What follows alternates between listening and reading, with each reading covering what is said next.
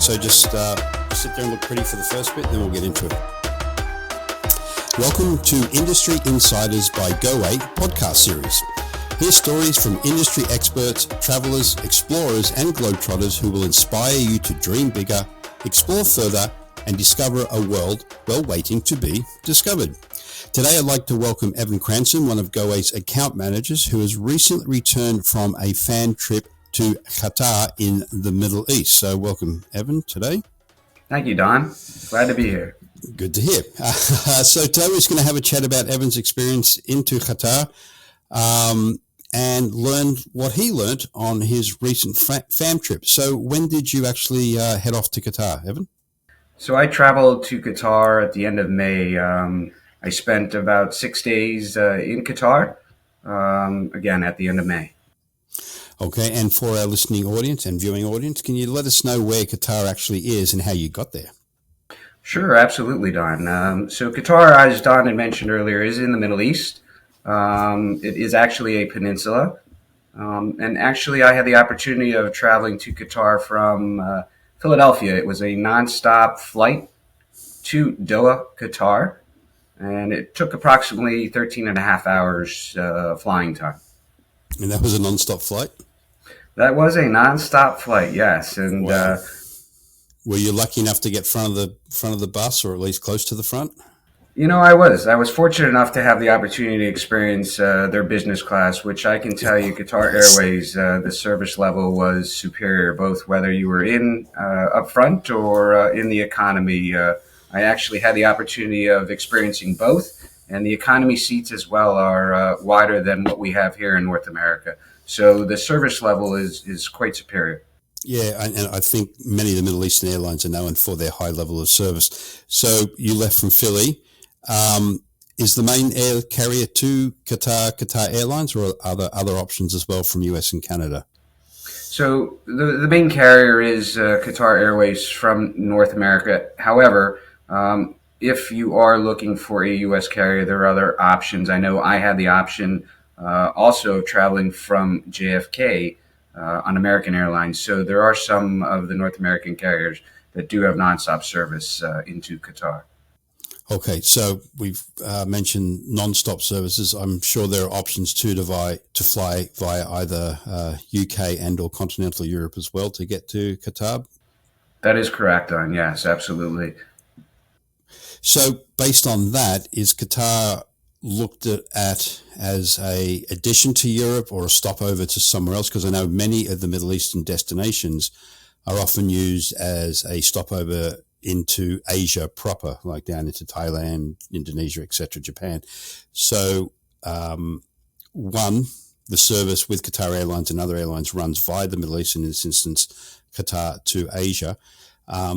But is Qatar viewed as a destination on its, or more to the point, should it be viewed as a destination on its own or only as a stopover? You know, Don, that's a great question. And what I had found out after talking with passengers that were on board, as well as the airline reps from Qatar Airways, from North America, the Qatar Airways flights are 95% full currently.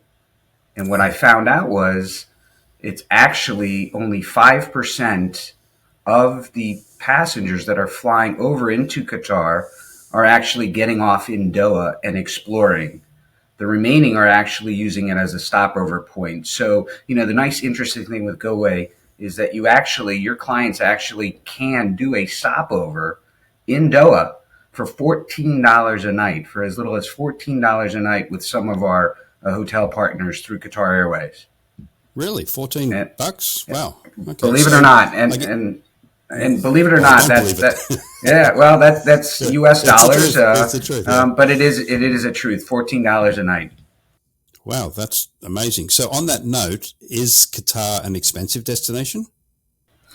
You know, it's a really interesting question. I truly don't believe so. From our experience, overall, the U.S. dollar actually went far when I did purchase some things to bring back home. So I think if you know the North American clientele are looking to travel over there, it's a great destination for both the individual travelers as well as families to tour Qatar. Right. So many people will think of the Middle East from, particularly from a globetrotting point of view, as Dubai and the opulent luxury that can be had in Dubai. Does Qatar have similar offerings? Is it like Dubai in that sort of all the big high rise and the glitz and the glam, or is there an option to go budget all the way through to 5 star? Because I do know there is 5 star in Qatar. Absolutely. Qatar is, by all means, in my opinion, I believe in anywhere from 8 to 10 years, Qatar will be the next Dubai. The Okay. architectural buildings were beautiful, and there's everything from moderate on up to deluxe from a hotel property standpoint.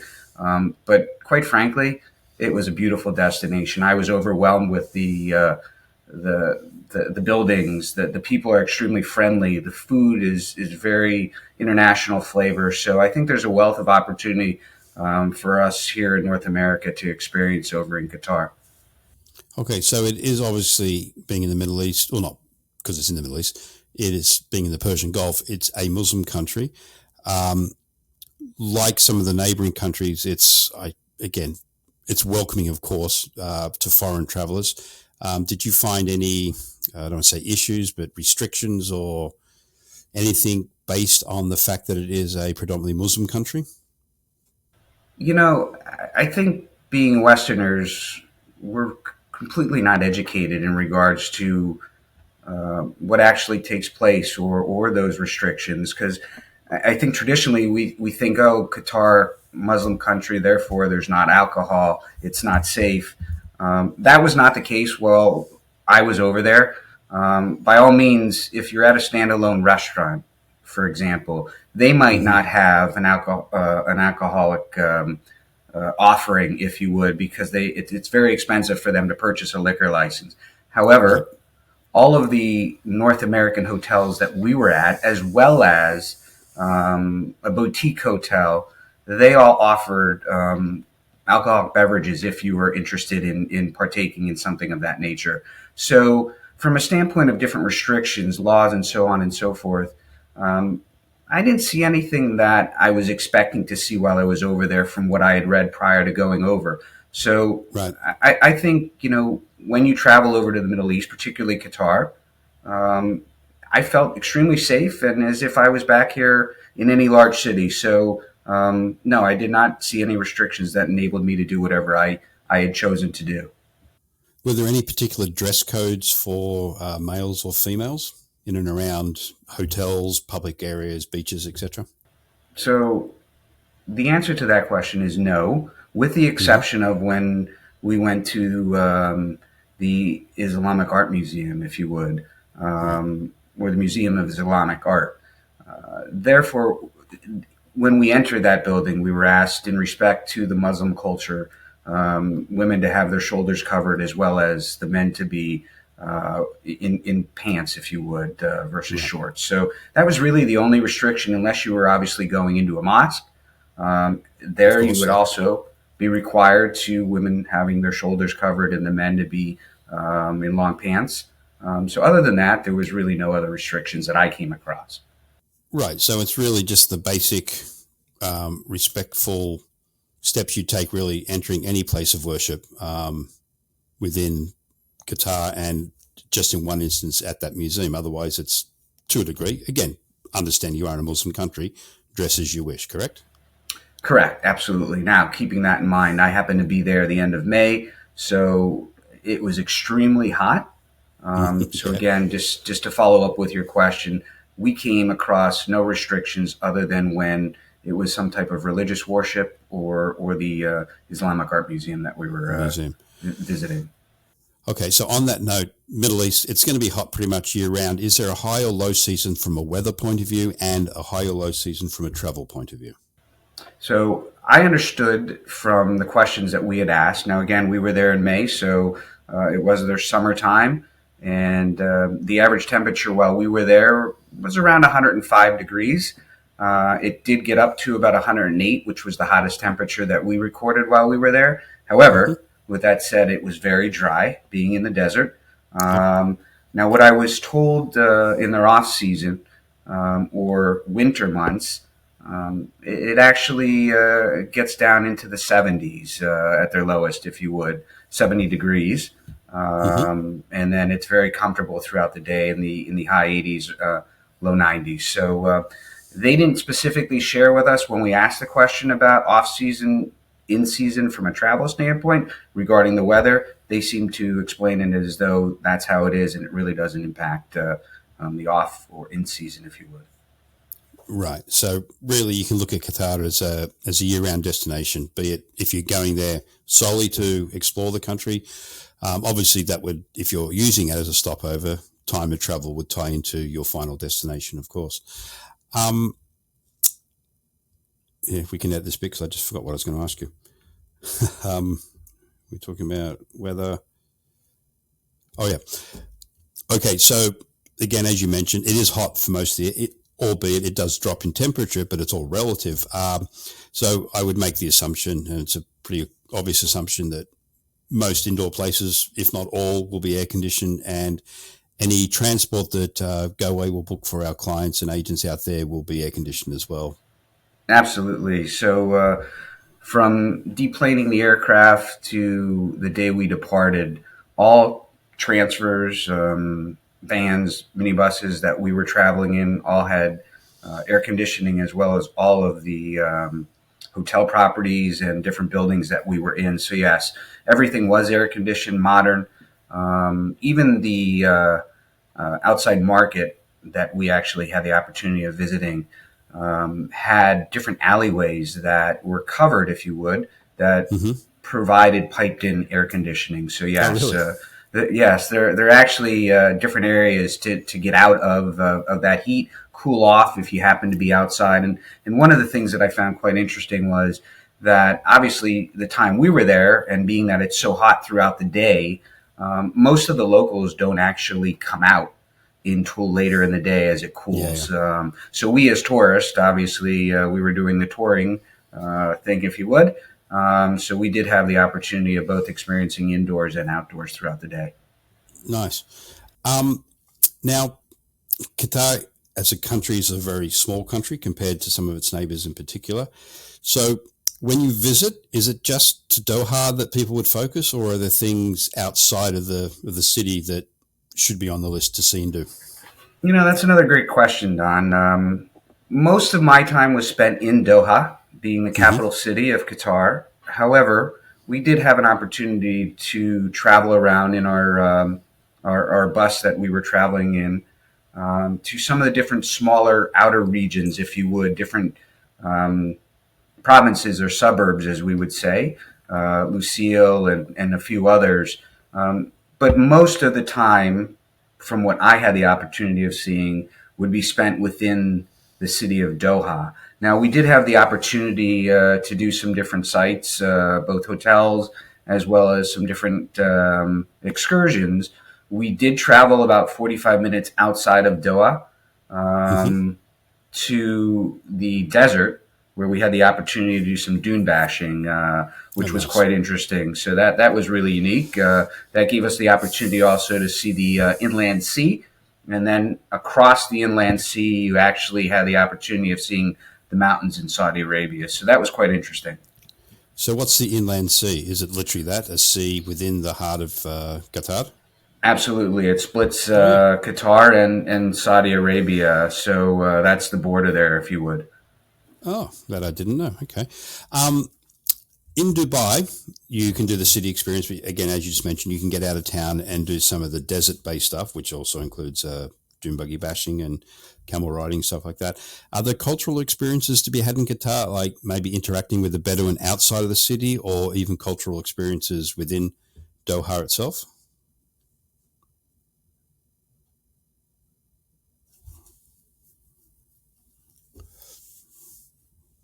Part. We actually our second day in country, we had the opportunity of visiting the National Museum of Qatar, which actually shares with you the rich heritage and culture of Qatar, the past, present, and the future. So there is a wealth of opportunity. This museum was just beautiful. The architectural of the building, the different quads that it offered, and seeing the present, the past, the present, and the future of Qatar was quite interesting. So there are cultural opportunities. In addition to that, later in our stay, we had the opportunity of visiting the Qatari cultural village, which again provides an opportunity of seeing the different cultures of the people throughout the Middle East, if you would, and highlights the country of Qatar. Okay. Often we discuss that people will often look at the Middle East as a stopover to elsewhere, and part of that stopover is a shopping experience. Does Qatar offer some of the shopping opportunities that some of the other Middle Eastern countries and cities do? It sure does.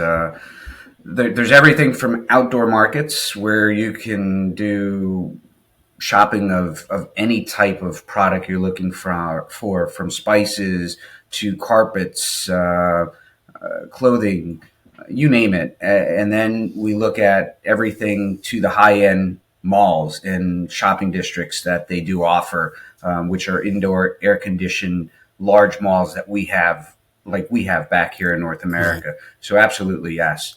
What's the pricing like on the sort of the mainstream products? Because, back in the day, particularly out of Australia, we look at Hong Kong as a shopping trip where you could get things, primarily electronics. It's not so much anymore, but at a cheaper price. If you were to fly into Qatar and do as a shopping experience, or that be part of your trip, is it cheaper to buy some of the Western goods, so to speak, or is it much the same? So, Don, I've had the opportunity of, I figured, well, what do I bring back for my family? And I actually brought some earrings back for my wife. She was actually looking for gold earrings, small hoop earrings. And I actually had the opportunity of shopping with our tour guide, who was wonderful, by the way. And she actually took our group to, we were actually at an outdoor market, and she had shared with us what her recommendations of what to look for and who to talk to and how to communicate with the different individuals. But I will tell you, the earrings that I had purchased for my wife, they cost me about $100 US. When I got back to the States, and they were 18 karat, when I got back to the States, I took him to a local jeweler that I work with, and he verified that everything was real, and very important.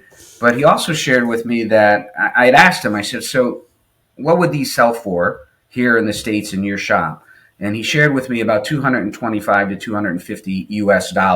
So there was a savings, in my opinion. Obviously, yes, $100 savings. So I thought it was fairly reasonable. So if people are looking to do some shopping over there, I think there are some good buys that we can bring back to North America. Right, and that would probably be more of the sort of universal minerals, gold, diamonds, etc., at a better price. Excellent. And I would assume, too, in the markets, local souvenirs, carpets, as you mentioned before, all that type of stuff would be on hand to purchase artwork, that type of stuff.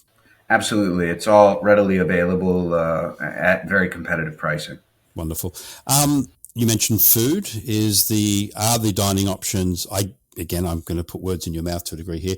I'm assuming they are anything from Western, hamburgers, steaks, etc., down to local cuisine. And if a Globetrotter chose to eat on the street, off the street, i.e. eat local, that would be much more affordable than, say, maybe getting the hamburger at the hotel. 100%. Absolutely. That's what we found, because we did have the opportunity of experiencing the local traditions, if you would. And what I found those traditions to be, a lot of lamb.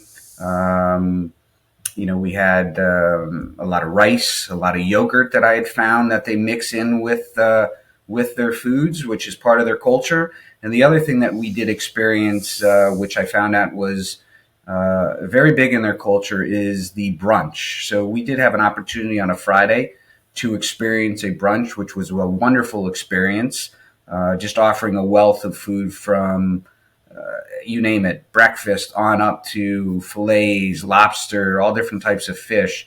And then we did have the opportunity of experiencing some fast food like we do have back here in the States or in North America, if you would. and it was quite different. Okay. Just out of curiosity, do they have, not that you would go this far to eat this, but I'm just curious myself, do they have things like McDonald's, Burger King, or that type of thing floating around, or the sort of North American true fast food chains? They do. Saw quite a bit of McDonald's. We did see Really? a Burger King as well. We were trying to actually visit McDonald's just to see what the local flair would be, Right. and how it differs from what we have back here in North America. However, we could fit that in. But yes, we did see quite a bit of McDonald's as well as Burger Yeah. King. Okay. Interesting. So you mentioned before you had your guide, and Goway always recommends, if possible, to go with private guided services for the simple fact that you get a much more intimate, focused tour based on the client's desires, needs, etc. And obviously they would be bilingual at a minimum. But if you go wandering on your own, or you go out at night on your own, what's English versus Arabic mix? So can you communicate in English for the most part, or certain areas English focused, that type of thing? Everyone spoke English, so there was no communication barrier whatsoever. Everything is printed in English as well as Oh, really? Arabic. Okay. Absolutely. So, we did venture out on our own in the evening through downtown Qatar, and we had no problem communicating with anyone that we came across, whether they were locals or guests or travelers like us visiting. So grabbing a local Uber or taxi, you won't have any problems communicating for the most part. Absolutely. Okay. Absolutely not. Not our experience. No. Okay, excellent. Jumping back a bit, do you need a visa as a US or Canadian passport holder to go to Qatar? So you do not. We were told we needed a visa, which the Mm-hmm. visa would be issued directly upon arrival. So it Right. wasn't something that we needed to take care of prior. However, what I will share with you is um, our experience traveling with Goway. We had what we call the platinum service upon arrival. Right. And I would highly recommend that if you have travelers that are looking to travel to Doha, that you look into this with Goway. And the service actually is a meet and greet upon your arrival in Doha. As you exit the jetway, there is signage there with your name on, and then you are escorted to an arrival lounge. And these individuals, these escorts, they then will arrange for your luggage to be taken care of and transferred to your transfer.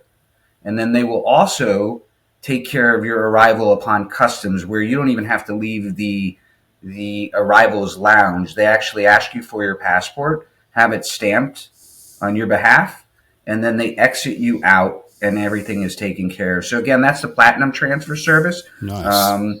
So again, getting back to your question, the visa, we did not have to do anything prior to going over. It was all taken care of for us upon arrival.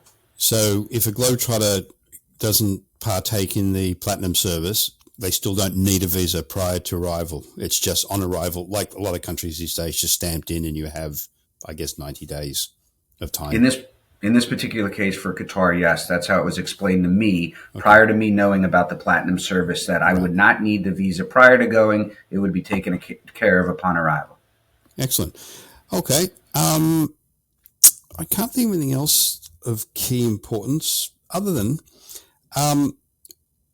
what are the attractions to pull a Globetrotter to spend extended time in Qatar, be it on their way to somewhere else, or to look at Qatar as a standalone destination? You've mentioned, well, we brought up shopping, the architecture, some of the museums. Are there any other hooks, so to speak, that would attract someone to Qatar?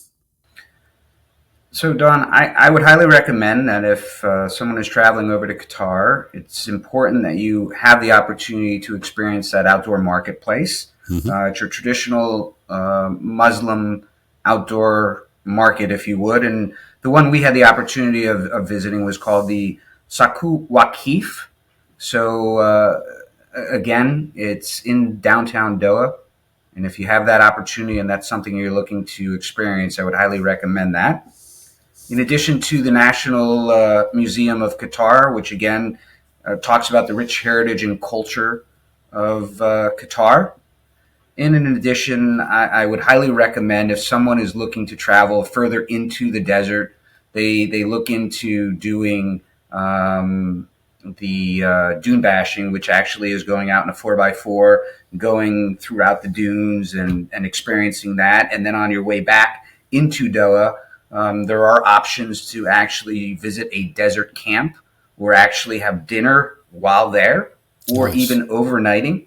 Well, So look into that as well. yeah, that was my next question. Can you overnight in the desert? Which you've just answered as a yes. So yes, and I'll tell you, the desert camp that we actually stopped at first, I was like, whoa, we're in the desert here. What's this going to be all about? But I will tell you, it's air conditioned. They have buildings there. So we had that opportunity of utilizing a building if we chose to be inside, having our dinner inside or outside. Okay. And you actually can stay at these camps. You have the choice of staying in an inside air conditioning unit as well as a makeshift tent if you choose, which is also air conditioned.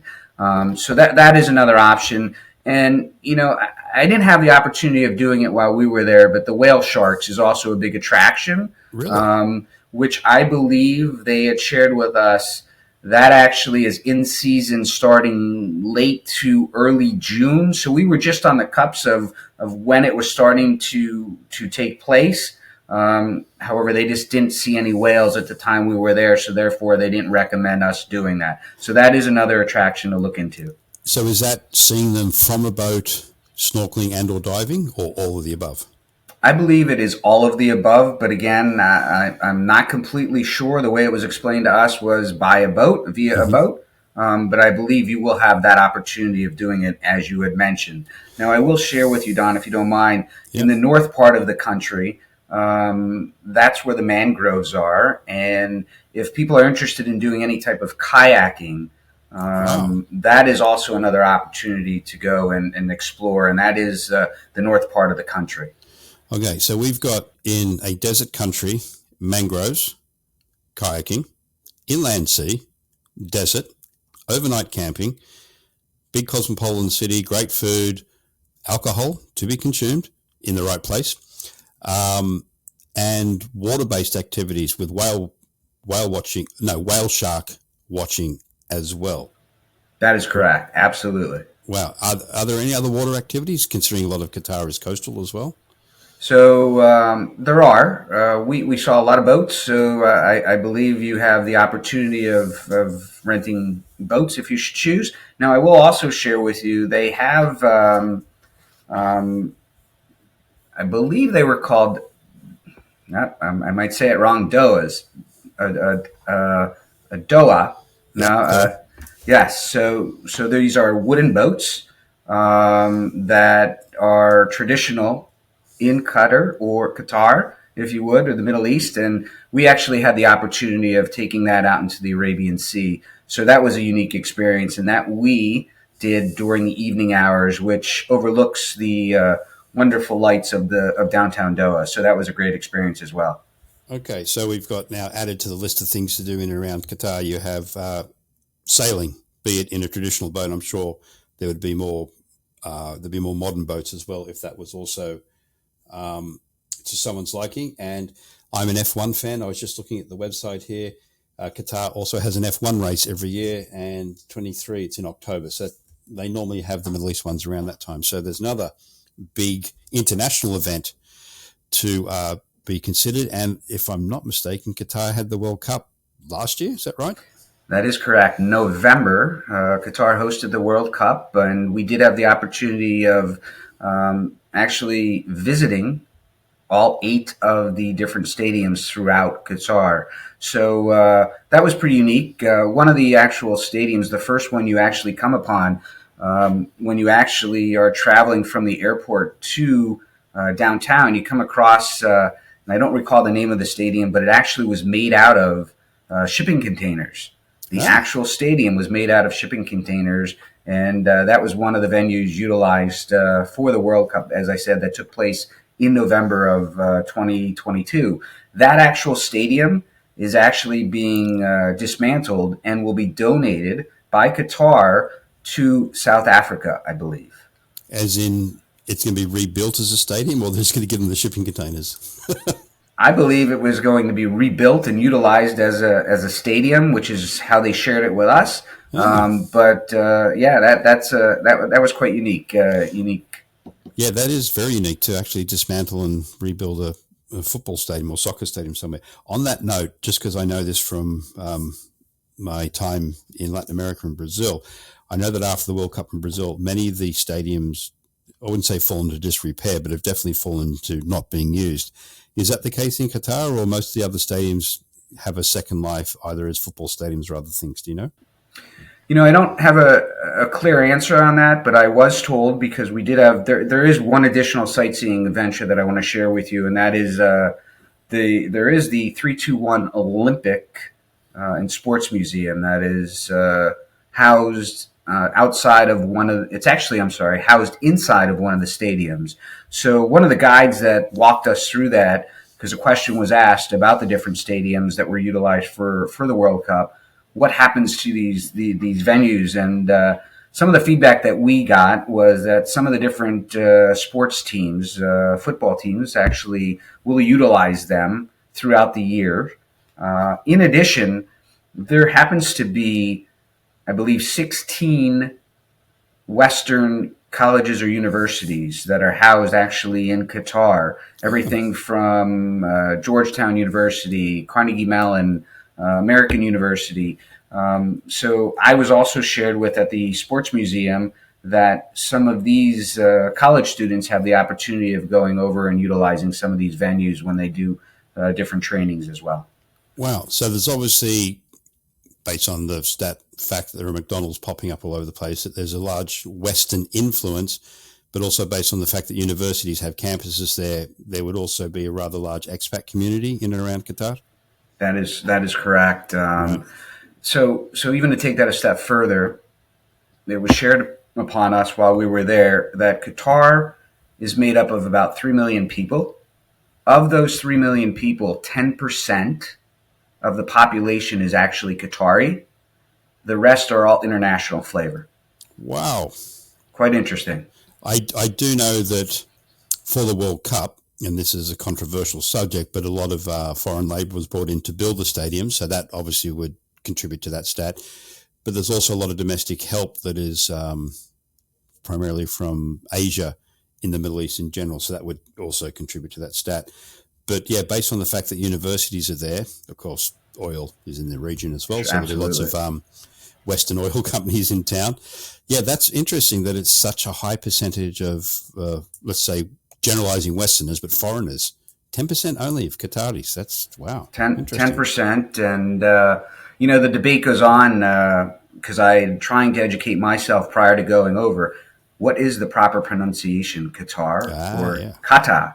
So, it was interesting when I had asked that question in country. The feedback that I got was it's really the old timers that are there still that will say Qatar versus the younger generation who are more westernized that are saying Qatar, if you would. I'm going to drop in a little bit about this from our LMS module, which is a local Qatari explaining the pronunciations of their country. And as Evan says, it's more the Qatar with a bit of a guttural on the Q pronunciation. But I'll drop that in here right now and people can make their own decision. It's definitely not Qatar. They don't like Qatar. Yeah. Okay, so I'll drop that in here now. Very well. That's good. Everyone, Mr. Q, your friendly neighborhood Qatari here. And today we're going to answer a very, very important question.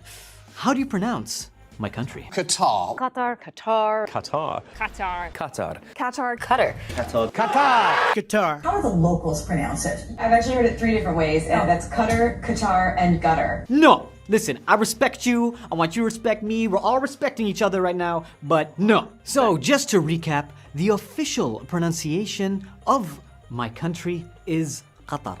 Qatar. Qatar. So go ahead and close your throat a little bit, make sure you say ta instead of ta, and you get Qatar. And locally, we don't say Qatar. We actually replace the qaf with a G, so it becomes Qatar. So almost like guitar. Excellent! No, it's not a guitar. It's Qatar. also officially, just to be clear, internationally, and I guess it's because maybe the British people like moved over to our country, very early on. Yes, you can also say Qatar. That's why when you go on to Qatar Airways, they go and say Qatar Airways. Qatar Airways. Qatar Airways. Qatar. So everybody says different things. So we've heard now Qatar, gutter, Qatar, Qatar, Qatar. What else did we hear? Qatar. Qatar. What is that? That's like an Australian go to Qatar. Look, guys, at the end of the day, I really hope that you can pronounce Qatar as Qatar because that's hyper local and we'll appreciate it. Okay, so now we all know how to say Qatar. I hope I'm pronouncing it correctly. Evan is also someone who looks after or focuses in on group travel here at Goway. So that naturally leads to the question, is Qatar a good recommended destination for groups, be it families, as you did touch on briefly earlier, or even being a modern city, conventions, large groups, meetings, that type of thing? Absolutely. I truly believe that you will start to see more and more of the large conventions taking place in downtown Doha.